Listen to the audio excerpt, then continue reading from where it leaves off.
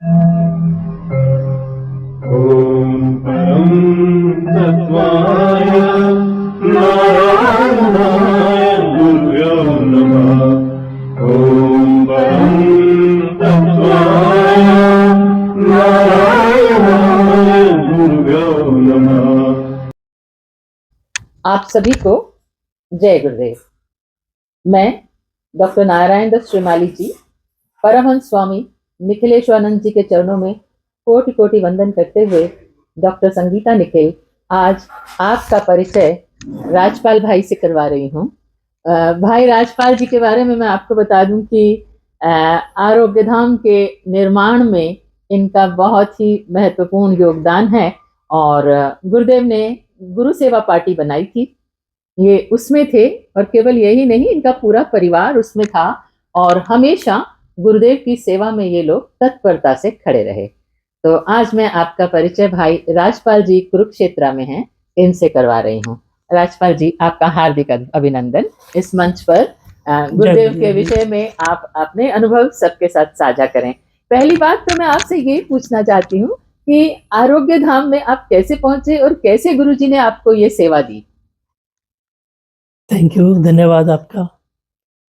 Actually क्या है कि गुरुजी जिनके जीवन में आए हैं ना, तो उनके लिए एक्चुअली मैं सौभाग्य कहो क्या कहें, मतलब आज उनको याद करके फिर दोबारा से आंखें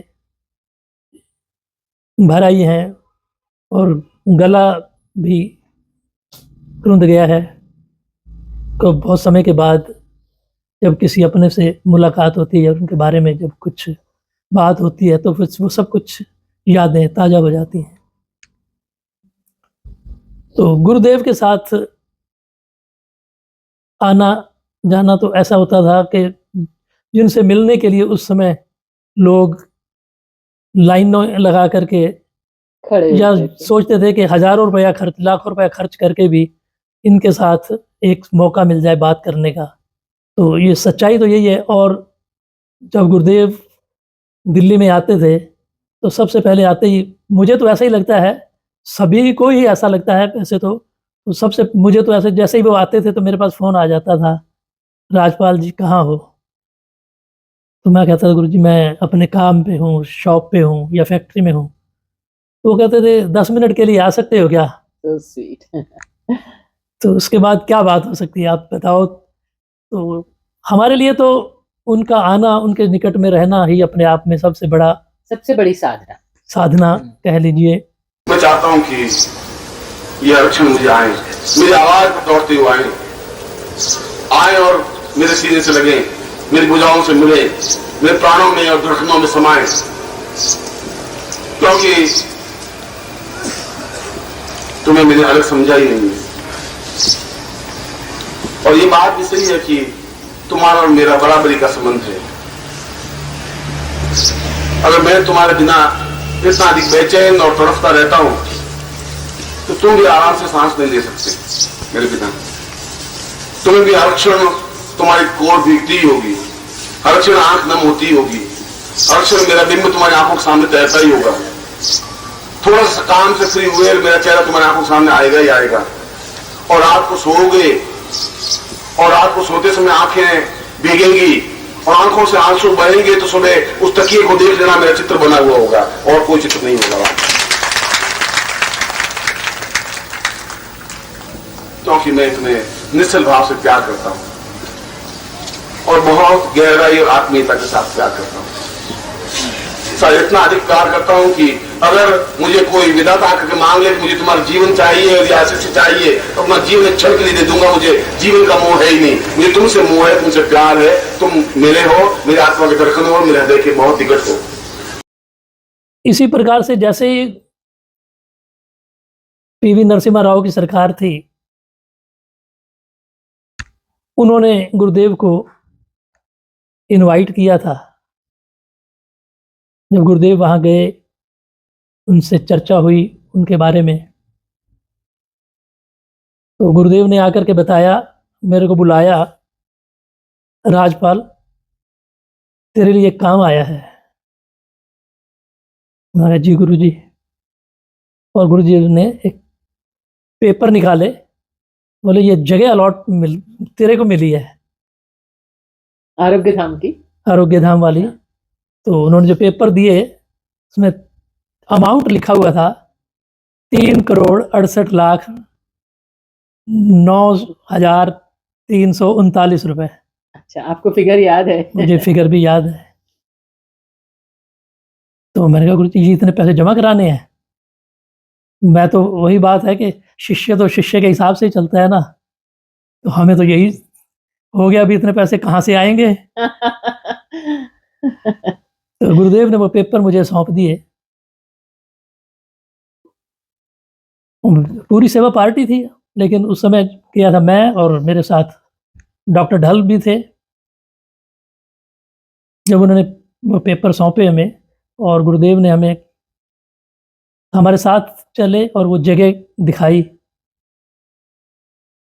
बहुत बड़ा एक ग्राउंड, पूरी 10 एकड़ 50,000 गज की लैंड आयुर्वेदिक हॉस्पिटल के लिए। जब गुरुदेव ने बताया कि ये मिली है और ये तुम्हें बनाना है, मैंने कहा गुरुजी बन गया ये कैसे रुक सकता है। तो उसके बाद आए हम, गुरुदेव एक स्थान के ऊपर बैठ गए और गुरुजी बोले कि सबसे पहले ना यहाँ एक कमरे का निर्माण करो जहाँ पे गुरुदेव आकर के बैठेंगे। तो अपने आप को बहुत सौभाग्यशाली समझता हूँ मैं और डॉक्टर ढल ने पूरी जगह देखी और एक स्थान का चूज किया। गुरुदेव ने उसके ऊपर यश की और गुरुदेव ने मुझे कुछ सिक्के दिए हाथ में कि जब इसकी नींव खोदोगे ना तो ये सिक्के वहां पे डाल देना। तो शास्त्री जी को साथ भेजा, शास्त्री जी ने आकर के पूजन करवाया और बड़े गर्व हो रहा है मुझे इस बात का कि वो सिक्के रखने के बाद जो पहली ईंट थी उसके ऊपर कलावा बांध करके मैंने अपने हाथ से आरोग्य धाम के निर्माण के लिए वो रखी। बहुत सुंदर, बहुत अच्छे, बहुत अच्छे। और बहुत जल्दी ही हमने एक रूम का वहाँ पे गुरुदेव की कृपा से उसका निर्माण हुआ। गुरुदेव स्वयं आए उसकी ओपनिंग के लिए, उसके साथ लगभग 500-600 गुरुजी के और शिष्य भी पहुंच गए थे। वहाँ पे एक बहुत अच्छा गुरुदेव ने स्वयं ही कहा था कि जब भी कोई नया स्थान बनता है ना तो वहाँ अन्न का दान होना चाहिए। हमने वहाँ बहुत स्वादिष्ट भोजन तैयार किया, गुरुदेव ने बिठाया सबको और जैसे सैलेड वगैरह होती हमने काटे, तो कुकुम्बर, खीरा, मूली, ये सलाद है। तो गुरुदेव ने स्वयं सभी साधकों को नीचे बिठा करके अपने हाथ से सबकी थाली के अंदर वो सलाद परोसा। हम लोग थे उसमें। फिर भोजन किया सभी ने और बहुत प्रसन्न थे गुरुदेव। उसके बाद जब रिबन काट करके अंदर गए तो गुरुदेव मंच पे विराजमान हुए। सभी साधक, वो जो क्षण थे, वो जो आनंद के क्षण थे, आनंद भाई उस समय वहां विराजमान थे, उन्होंने भजन गाए। वो दृश्य पूरी तरह आंख के आगे आ रहा है। उसके बाद गुरुदेव ने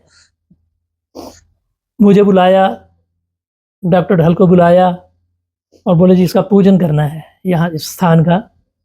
फिर साथ में गुरुदेव ने मेरी पत्नी को भी बुलाया, आवाज़ दी, कहते तेरी पत्नी नहीं है क्या? मैंने कहा है। नहीं है तो मुझे बता, एक और इंतजाम कर देता हूँ। तो गुरुदेव ऐसी बातें अक्सर किया करते थे। मेरी पत्नी को भी साथ बुलाया तो गुरुदेव ने स्वयं अपने हाथ से गुरु पूजन करवाया, लक्ष्मी पूजन करवाया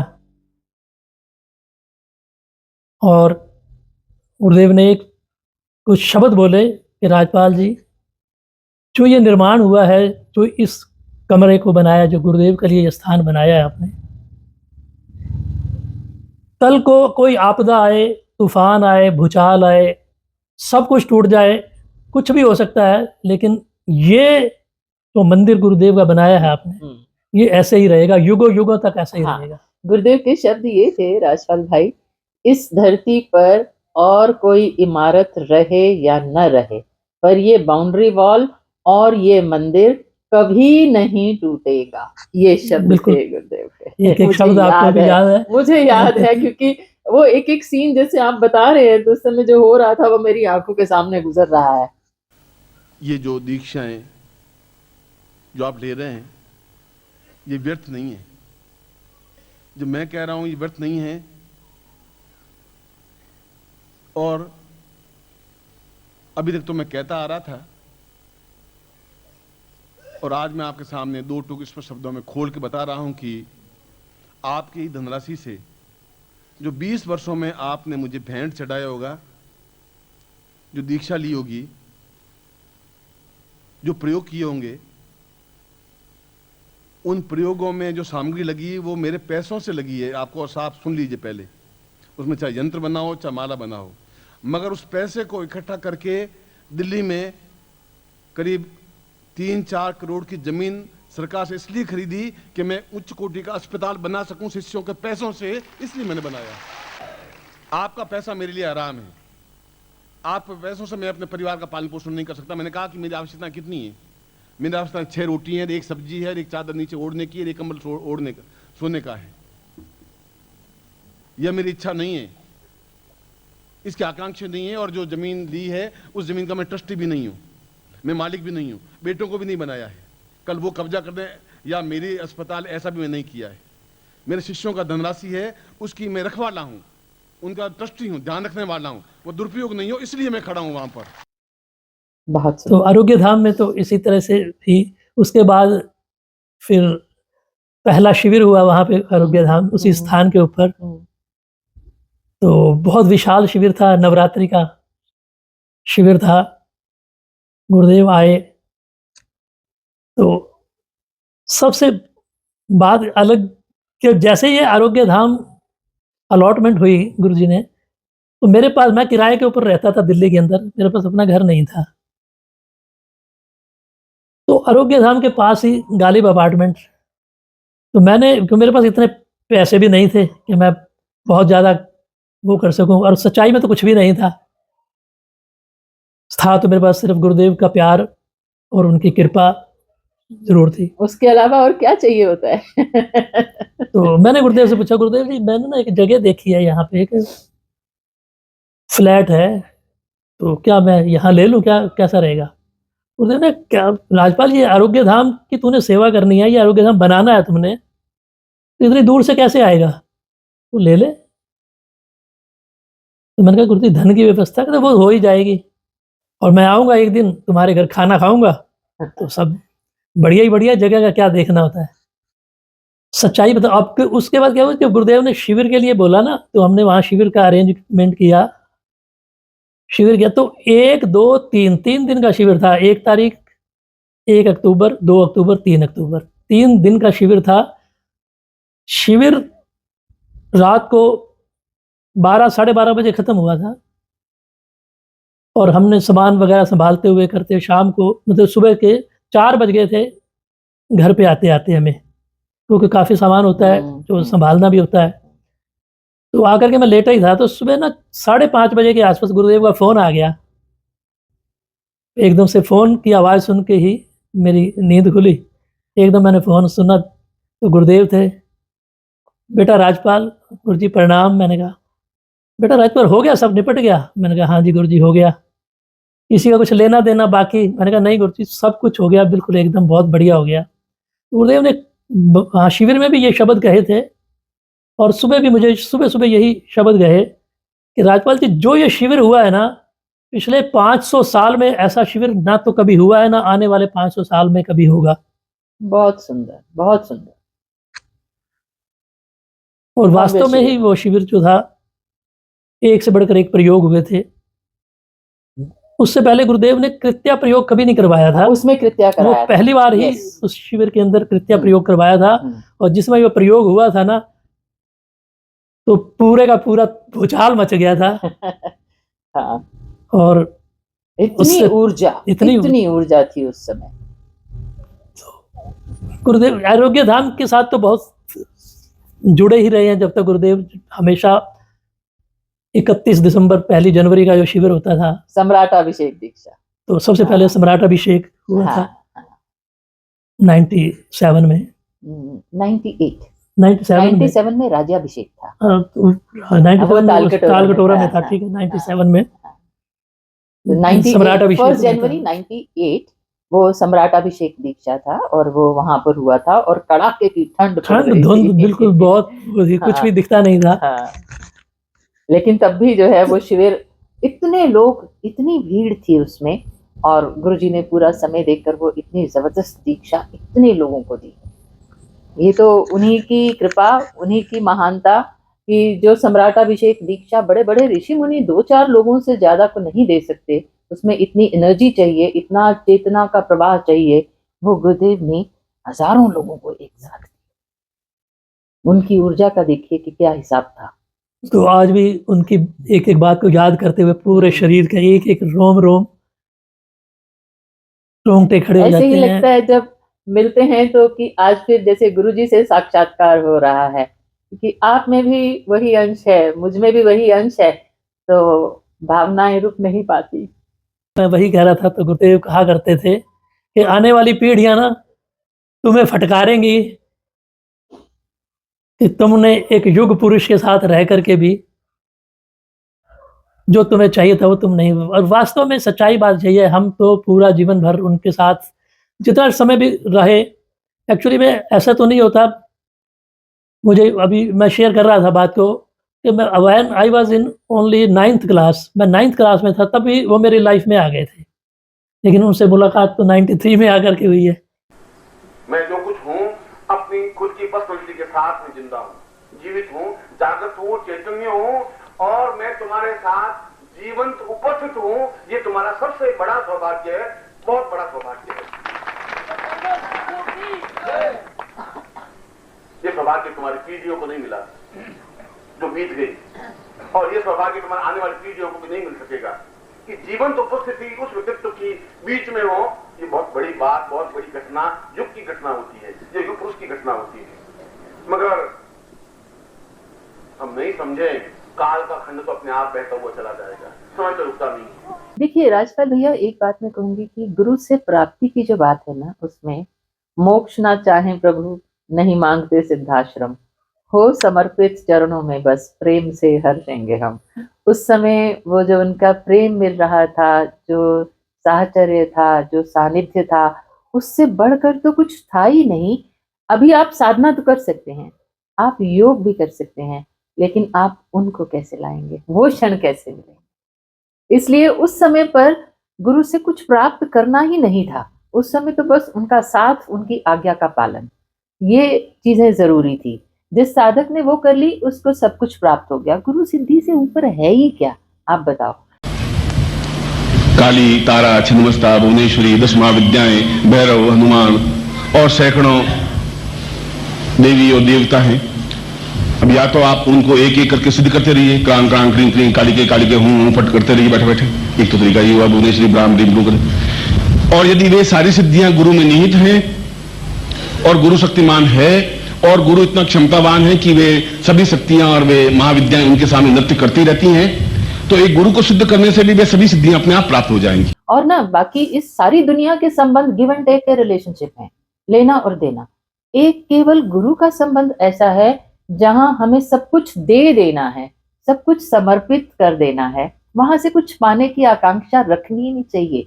और आप समर्पित हो रहे हैं तो वो तो भर ही रहे हैं आपको, उसमें तो कोई कमी है ही नहीं है। अभी ना हम वीडियोस ये क्रिएट करते हैं तो कई लोगों के ये प्रश्न होते हैं कि सिद्धियां नहीं प्राप्त करी, या क्या प्राप्त किया, क्या नहीं प्राप्त किया। मेरे ख्याल से सिद्धि शब्द का अर्थ ही नहीं मालूम है। गुरु सिद्धि से ऊपर तो कुछ है ही नहीं। आप आंख बंद करें और गुरु साकार हैं, आप मन में गुरुदेव का नाम लें और वो साकार हैं। आपको और किसी देवी देवता का करना क्या है, आप ये बताइए मुझे। सब तो उनके अंदर ही समाहित हैं, इसलिए वो माया जो है ना उसको छोड़ दें और केवल ठीक है, माया की बात मैं नहीं कर रहा, मैं तो सिर्फ सिंपली जो संसार को हाँ, मैं सांसारिक सत- पॉइंट ऑफ व्यू से ही आ ये रहे बात हैं। कह रही हूँ। बाकी सिद्धियों वाली तो बात, सिद्धियां तो उन्होंने हाँ। स्वयं साक्ष उस समय हमें प्रदान कर दी थी, और उसने हमने प्रैक्टिकल भी किया जी, और उस दूसरा चीज को एक बात देखा भी है। बताऊं, सिद्धि की एक और भी बात है कि गुरुजी ने शिष्य बनाए हैं, मदारी नहीं बनाए। मदारी नहीं बनाई, ठीक जो है। सड़कों पर चौक पे खड़े होते प्रदर्शन करते रहे कि देखो जी हम ये कर लेते हैं, हम वो कर लेते हैं। शिष्य की ये मर्यादा नहीं होती। बिल्कुल ठीक बात। उसको जो गुरुदेव ने दिया है उसको आत्मसात किया जाए, और उससे वो जो कुछ कर सकता है वो गुरु चरणों में समर्पित करे। ये सबसे जो सही मीनिंग है वो ये है। लेकिन ना समय के साथ साथ ऐसा लोग समझ लेते हैं कि सिद्धि का मतलब है कि हम चौराहे पे खड़े हो गए और आओ जी मेरे को ये है, मेरे को ये है, मैं ये कर दूं, मैं वो कर दूं। वो शिष्य की मर्यादा नहीं है, बिल्कुल ठीक है। वो प्रदर्शन इस चीज में कहीं भी नहीं। नहीं, मेरा मतलब सिर्फ इतना ही था कि जो गुरुदेव के जो कार्य थे वो हाँ। नहीं अभी तक जो कर पाए हम, हाँ, उसी चीज का मैं मतलब वो कह रहा हूँ। नहीं, और उसमें भी ना राजपाल भैया आपसे कहूँ कि जब तक उनकी इच्छा नहीं है, जब तक वो समय नहीं आया, हम कुछ भी नहीं कर सकते। जब तक मैं रिटायर नहीं हुई, मुझे गुरुदेव ने बिल्कुल नहीं छेड़ा। ये अपना नौकरी, घर गृहस्थी सब किया। जैसे ही मैं रिटायर हुई, उसके बाद गुरुजी ने अब गुरु कार्य, अब सेवा का कार्य। तो ये समय गुरुदेव सही समय जानते हैं कब क्या होना है। शायद आज हम इतने समय के बाद मिले हैं बिल्कुल, तो बिल्कुल। पता नहीं कोई चेंज आना हो। नो डाउट, ठीक बात है जी। जब गुरुदेव से जाने के बाद वही बात है, हाँ, 25 साल के हाँ, बाद ही हम हाँ। फिजिकली एक दूसरे को आज हाँ, देख 25 पा रहे साल हैं। हो गए। हाँ, इसके साथ ही आज हम आप सबको फिर से जय गुरुदेव कहते हैं और सभी को जय गुरुदेव। हाँ जी, फिर इनसे मुलाकात होगी। जय गुरुदेव।